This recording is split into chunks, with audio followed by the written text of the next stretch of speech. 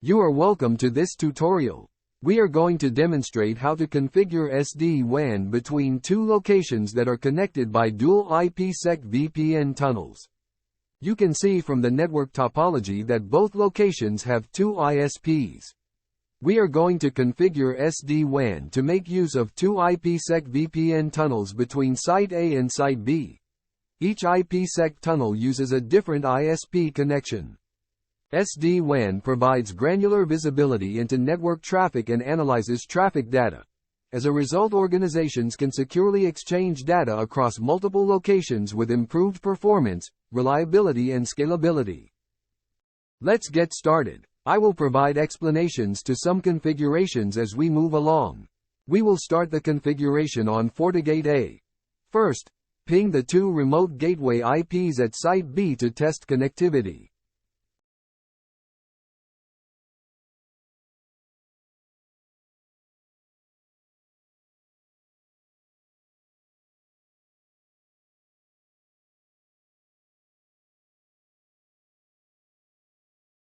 We will begin with the creation of an SD-WAN zone, which will be used specifically for IPsec tunnels. Next, create SD-WAN members for the zone. Instead of creating the IPsec VPN tunnels and adding them as zone members, we can easily create them from here. Enter name of the VPN via ISP1, enter the remote gateway IP, and the pre-shared key.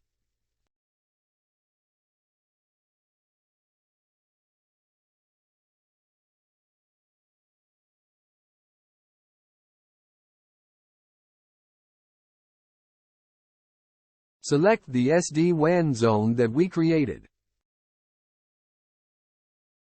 Add the second VPN via ISP2 also as zone member.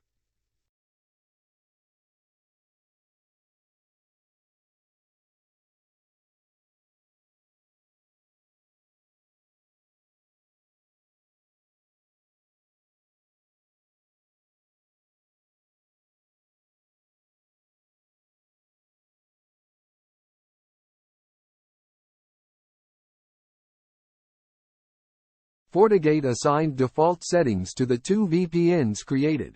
So let's customize the VPN tunnels according to our requirements.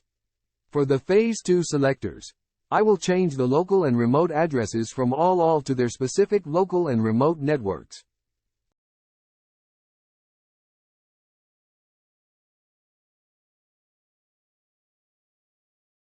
You may choose to enable auto-negotiate. Customize the other tunnel too.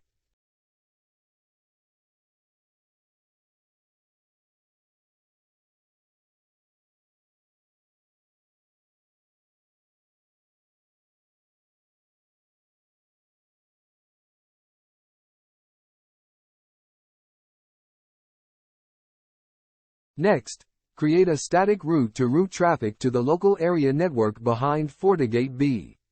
We will choose the SD-WAN zone as the outgoing interface. You can, however, select the two VPN tunnel interfaces instead. Add a black hole route. The purpose of the black hole route is to ensure that when the IPsec tunnel is down, traffic to the remote end is silently dropped, instead of using a default route on the FortiGate. Then firewall policies. Configure two firewall policies to allow traffic between sites A and B over the IPsec VPN tunnel in both directions.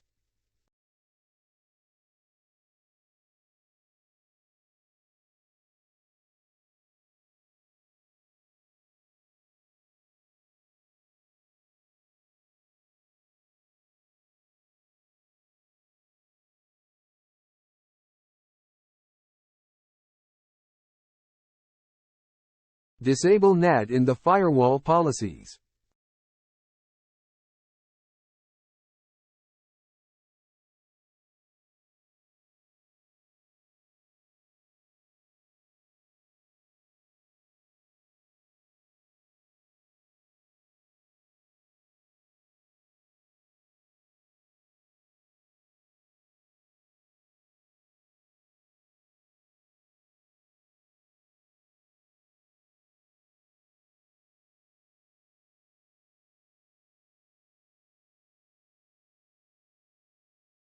Now we turn our attention to SD-WAN rules.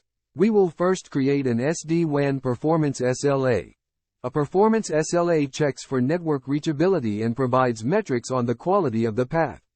We will use the ping protocol for our SLA. In the server's box, enter the IP address of the host or network device you want to ping. This IP must be part of the encryption domain. That is, it must be an IP in the Phase 2 selector's remote address subnet. In our case, we are using the gateway IP of the local area network configured on FortiGate B. Since we want to ping the SLA server simultaneously via the two VPN tunnels, select both as SLA participants. But one important thing is, we need to source this SLA ping over the VPN tunnels from the local area network behind FortiGate A2. This source IP should be part of the encryption domain for the VPNs. We can only do this in CLI, under the SD-WAN zone member VPN interfaces.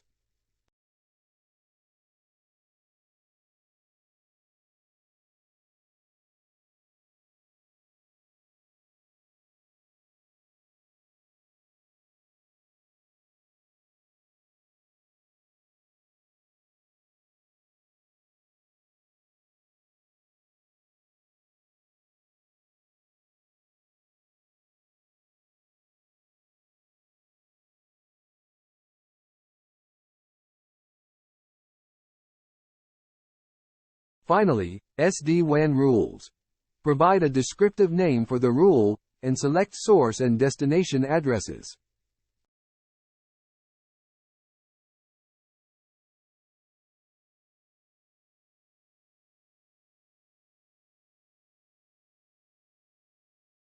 For outgoing interface strategy, we will use best quality. For best quality, SD-WAN will consider either latency, jitter, or packet loss, to choose which of the two VPN tunnel interfaces to use for outgoing traffic to the remote end. For measured SLA, choose the performance SLA we configured. It will be used as the reference. We want to use latency as the quality criteria. Let's quickly repeat the same thing on FortiGate B.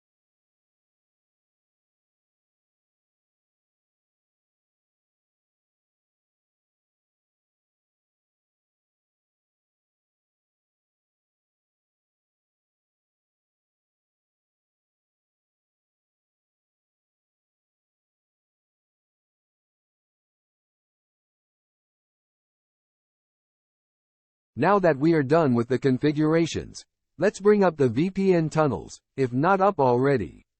We can confirm connectivity via the IPsec VPN tunnels even by looking at the performance SLAs. They're up, and you can see the latency, jitter, and packet loss for each of the VPN tunnels. Finally, let's check some SD-WAN details from the CLI.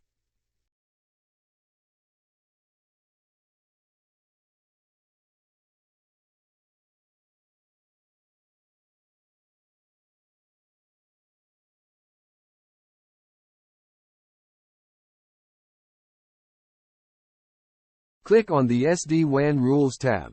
The VPN tunnel via ISP1 is currently the preferred link. It has a lower latency to the remote end.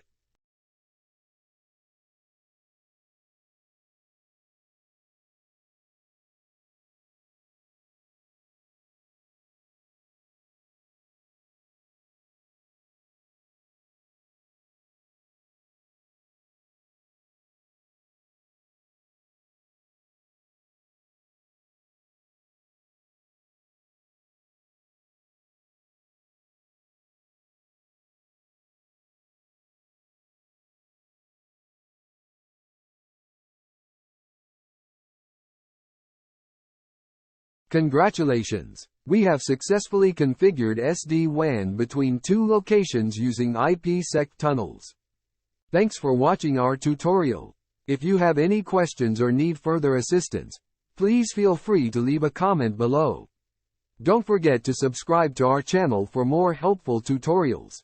See you next time.